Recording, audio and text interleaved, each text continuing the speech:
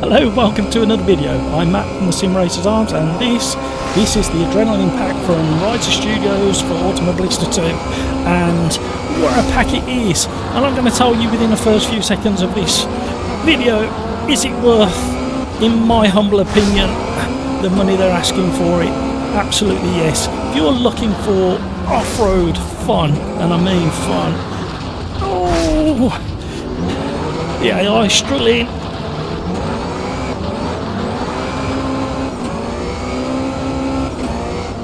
There's always a spinner on lap one.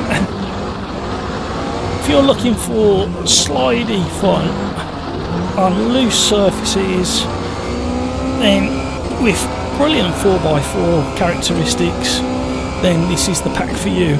And I would recommend starting with the Citroen that I'm in, or the Lancer as starter cars. They're probably the most predictable cars, and on this circuit it's an easy circuit to learn. Some of them are quite complicated. Oh, we're up on the back, rescued it just about. Some of them are quite complicated and take a bit of getting used to, but this one is relatively simple. It has got a few little surprises in store for you. Oh, we've landed on top of the other car.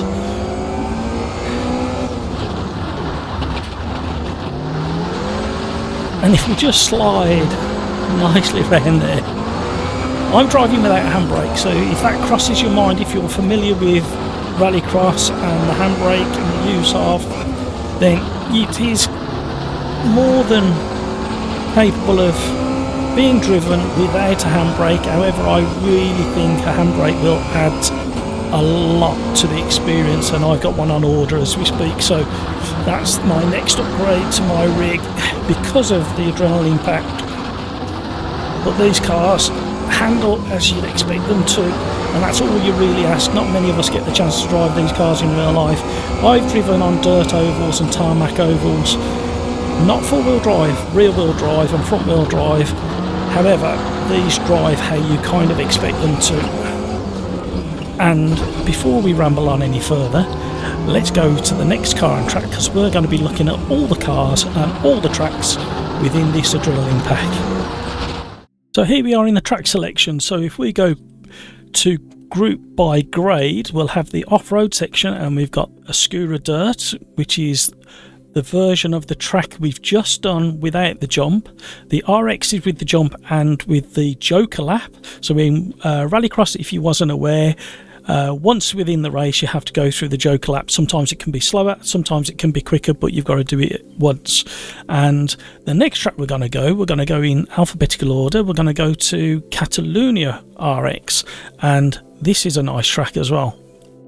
Here we are at Catalunya Rallycross track in Barcelona, and we are in the Mini Countryman R60 RX. Now this feels a lot different to the Citroen, and as we get started with the new random grid light start procedure, it used to be 2 or 3 seconds, it's now random, but within that kind of time frame. Oh, a typical rallycross moment there.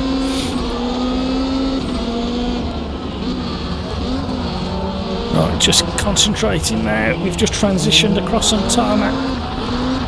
I think Riser do this so well throughout the whole of Automobilista 2. The way they get the characteristics of each car model.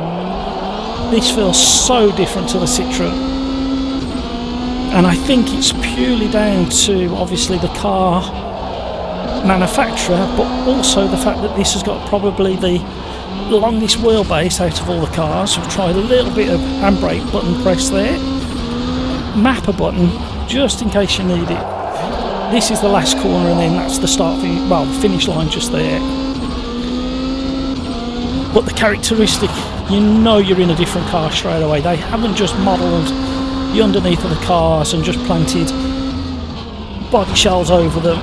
You can feel there's a difference in this car. You can feel there's a difference to the way it rotates. Now all the cars in the RX category so far, because of the nature of the sport, are limited to a certain power output, and they're limited to a certain weight as well. So All the cars have got a 2-litre engine, all the cars have got 595 horsepower, and all of the cars weigh just under 1,300 kilos.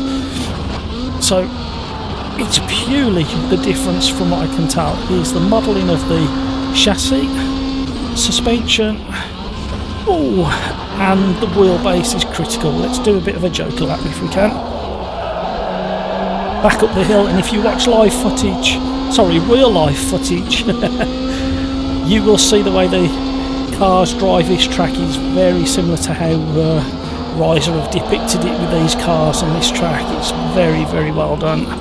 The next track and car is going to be Foz in Brazil with the Mitsubishi Lancer Evo 10 RX.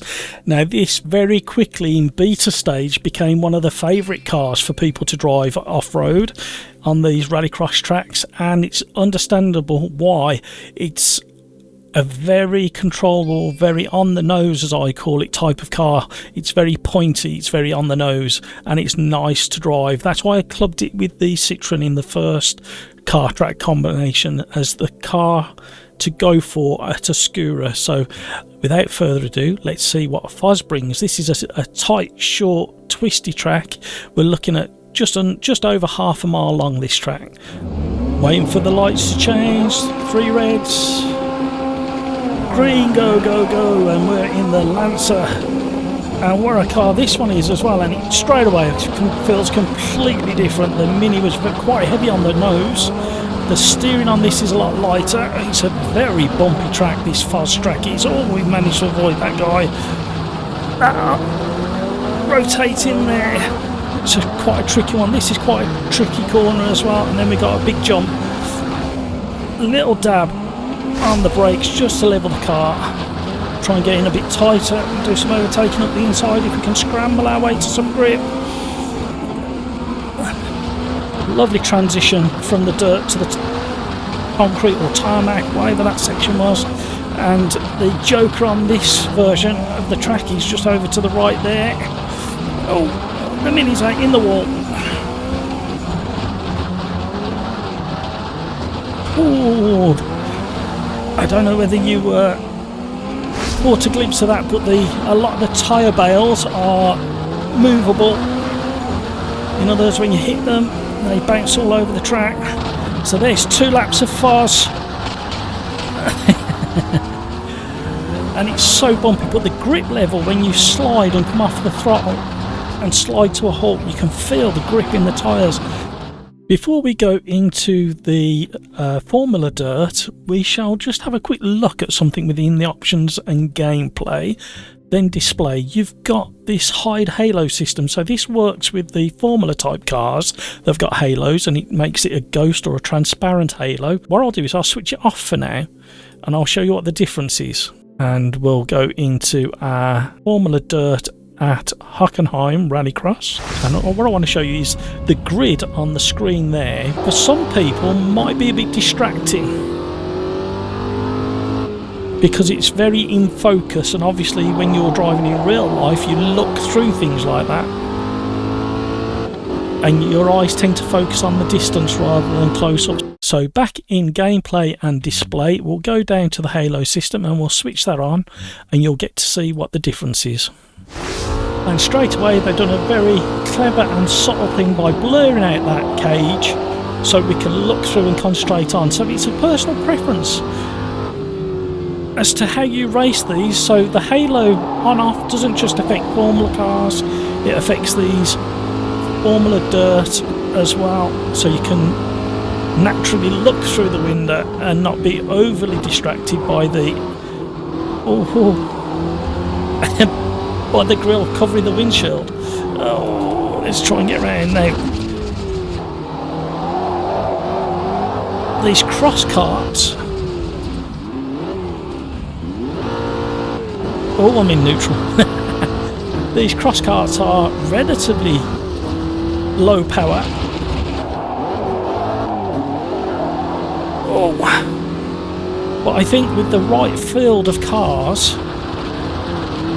and opponents, if you've got a community that like close racing, these are going to be interesting and fun, but you need to pick the circuits quite carefully. And don't forget, we've got all those karting tracks, and these will suit really well. And these have improved since the beta version.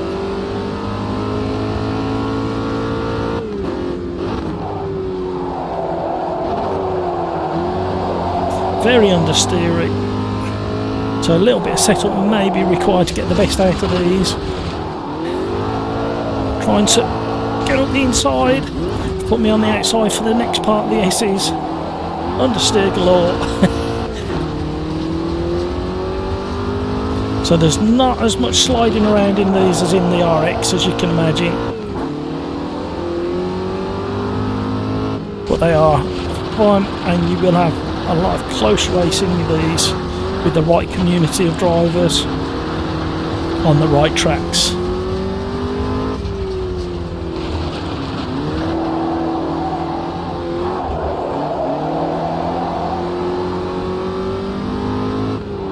Concentrating. So there we go, there's 2 laps of Hockenheim in the Formula Dirt at Nürburgring Rallycross in the last but not least the VW Polo Rallycross car. Oh, and we've had a collection there. Feels like a real Rallycross race. I've said it before, you watch them, they crash and bump into each other no end of times now. This car is a little bit more snappy as we go through the gravel. Collect the wall. I don't drive this Polo very much. It's a little bit snappier. It's got a fraction longer wheelbase than the Citroen. I just find it's got this, feels like a heavier rear axle or rear end. That's what it feels like to me. I might be completely wrong. Oh, the AI's had issues in that barrier, so we're going the wrong way around the bottom hairpin at Nerves. On through there. Once you get it right, stick with it, practice, because when you get it right in these cars, it's so rewarding. So there's lap 2 in the little VW Polo. We'll do a finishing fly through the Joker lap, which is through this section straight on, but you've really got to reduce speed and try and stay close to the inside line as you can. Not as easy in the VW as it is in some of the other cars, but still I think this could be a really quick car in the right hands with somebody with lots of experience and practicing it. They're all great cars. Here we are at Spa Rallycross. What a fascinating version of this track this is. It's the fact that we go up Eau Rouge and then do the tightest hairpin you've ever seen. Oh, the AI are struggling now. A little bit of handbrake there just to get it rotated. What the AI are doing, let's squeeze past, mind that tyre wall. Oh, the loading of the suspension when you hit the bottom of the hill there is superb.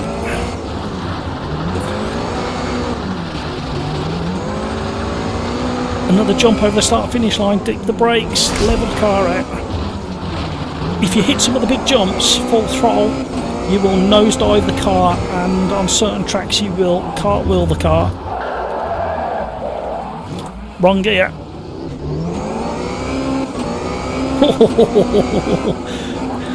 Bottom of the hill. Get a drift on. Lovely.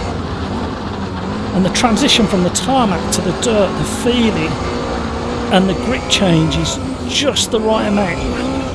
And there we go, there's 2 laps. And we're going to go back up the hill again and try and be in the right gear for the hairpin.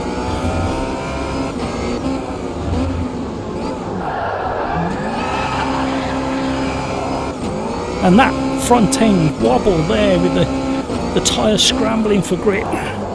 Such a lovely feeling of when you get it right. So there's Spa. This along with Nerves is probably my 2 favourite rallycross tracks at the moment. and the car just turning right going back to the pits. And here we are at Tykki in Sweden, Dirt 2. It's the longest track, I believe. Let me just check. Yep, the longest track of the pack. And this is part 1, remember, so there's more content to come. And it's just over a mile long. And we're going to be doing this version in the Kartcross, which is these little buggies. They're 600cc motorbike engine with 133 brake horsepower and weighing in at just 725 kilograms and a wheelbase of just 2.5 meters. Now these, as you will see in front, oh, we've had a big impact there, are again a driving style that you need to learn, because if we get close to one of the cars in front again, we take a lovely little jump there, heavy on the brakes. The engine is right there at the very back, supported by those massive springs, the biggest, longest springs in Automobilista 2 history. I got the turning completely wrong there. And coming from the RX cars, it's really tricky to drive these. You need to turn a few laps just to understand the weight balance of these cars. And here we go with the biggest jump in the game so far. The handbrake does work, I've just tried it. Haven't driven these very much, I've had about 2 races in these buggies, and they're screamers. And I've also found that on gear change up, you've got to come off the gas, even if you've got an auto clutch applied to your setup. And I found that you need a tiny bit of throttle just to rotate that rear end. So brake, throttle, brake, try and hold it on the slide. And that is the problem with these buggies. Until you've got this style dialed in, you're going to be rotating, because you're going to want to stomp on the throttle. You're going to get frustrated with understeer.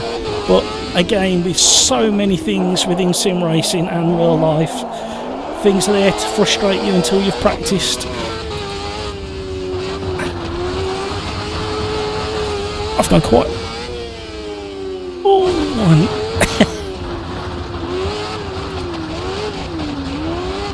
could have done with a little bit of handbrake there. This is my weakest car, just because it's so unique the way it handles. And there's nothing wrong with the way it handles, it's just the nature of the engine being so far back. But they are mighty fun. Once you kind of got your eye in 2 laps is nowhere near enough to remind yourself how these cars or karts handle and drive. That was better. Balancing it on a feathered throttle through there once I got the rotation on the go. Here we are back at Tykki RX in the Citroen, which is quickly becoming my favourite and go-to of the RX cars. The only thing I will say at the moment, there's a little bit of inconsistency with the AI in the way they handle some of the courses and each other on the circuit, but over time I dare say they will get better and better. But I highly recommend that if you get the Adrenalin Pack Part 1, you join some online lobbies, because racing against real people is the way to go with these cars. We're going a bit slow through here and I don't know where I'm going. Oh, nudge, nudge, nudge. Come on, Bella, move out of the way. Transitioning from tarmac to dirt, back onto tarmac.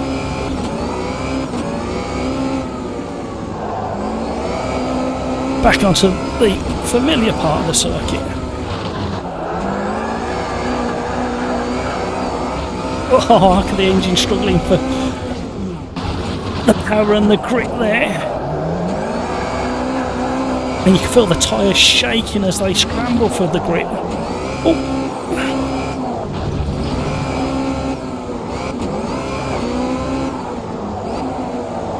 little Scandi flip. Right up on the curbs there. Nearly at the end of the 2 laps. So there you go, there's your introduction to Adrenalin Pack Part 1, Rallycross, Rally Karts. Oh, and the little buggies. It's so much fun. Stick around for the bonus little thing at the end. Silly, but something you need to see. So we are back at Ascurra Dirt in the Formula Junior. Now, I was daft enough to try this when it was in beta, and then the community have been in touch on Discord, link down below, and said you must try it again, Matt. It is a lot of fun. So Ascurra Dirt, I think you're allowed up to 15 cars on this track at any one time, so you can get quite a few people on this track if you want to. A lot of the other circuits are limited to just 6 cars. Riser, please change that so we can have more. But this is remarkably good, and from experience I have seen these kind of cars converted for dirt ovals, so it kind of makes sense to give it a try. Look at the dust and the light coming through the trees. So the only thing I'll say is, if you want to experiment, I've even put the Formula 1 2022 car on this track, and that is more fun than you realise as well. Too busy talking to you. So you can, if you want, put the most ridiculous combinations together, and why not? Red Bull Racing put their Formula 1 car on the dirt many years ago, so why shouldn't we? And experiment. And like I say, the Formula 1 car is actually far better than you realise. It defaults, because Riser knew what everybody was doing in beta, it defaults to the full wet tyres when you jump on the dirt with it. Let's power out, try and flick it round.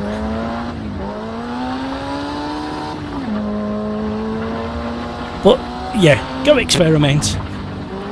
Highly recommend the Adrenalin Pack 1, Part 1. Not sure when Part 2 will be out, hopefully in the next few months.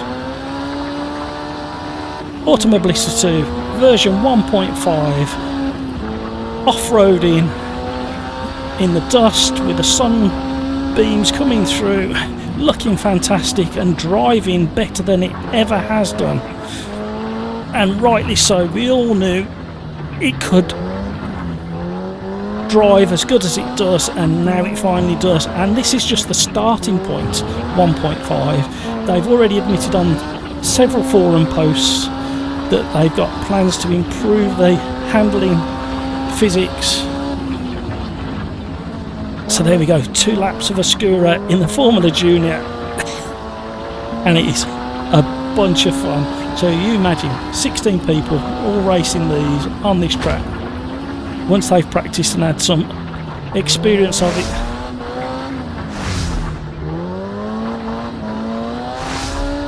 Thanks for joining me. Thanks for watching. If you want to see more, click on this video